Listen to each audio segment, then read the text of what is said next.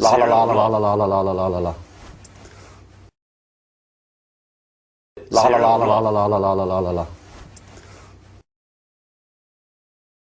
But I still had questions about whether low-level mercury release over years is going to make us ill. Could the chief executive of the British Dental Association reassure me? Do you accept that mercury is a toxin? Yes. Do you accept that it goes into our bodies and it's released from amalgam fillings? Well, there's no real evidence that that mercury does cause any problems in that way. The EC, their latest document says the largest source of mercury exposure for most people in developed countries is inhalation of mercury vapour from dental amalgam. Mm-hmm.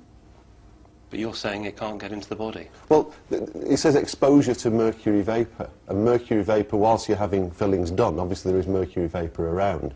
What I'm saying to you is that the long-lasting remaining residues of mercury aren't shown to be present in people's bodies. Right, but the actual vapour coming off the mercury filling, At the are you time saying of are you saying the BDA situation is that can only happen when the filling is put in or the filling is removed? Yeah. So it can't happen when you brush, it can't happen when you chew? That's right. Yeah, but I mean, you've got to look at the quantities involved here and the significance of... No, but you just told me it was zero. Okay. Well, is it La la zero la or la not? la la la la la la la.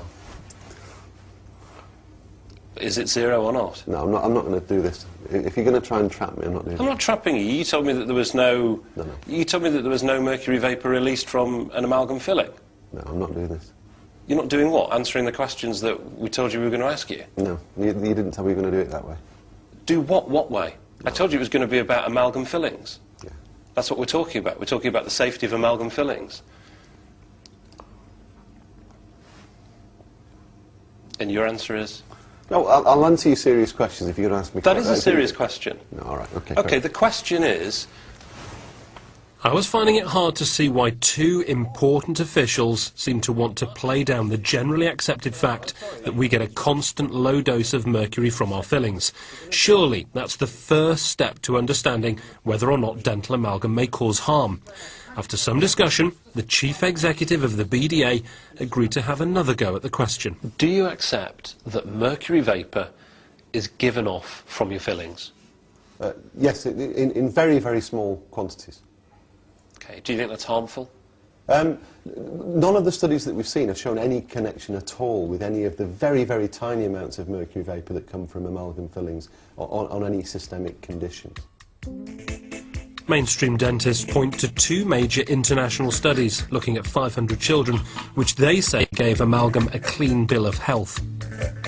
But our current potential exposure to mercury is a real worry for some regulators.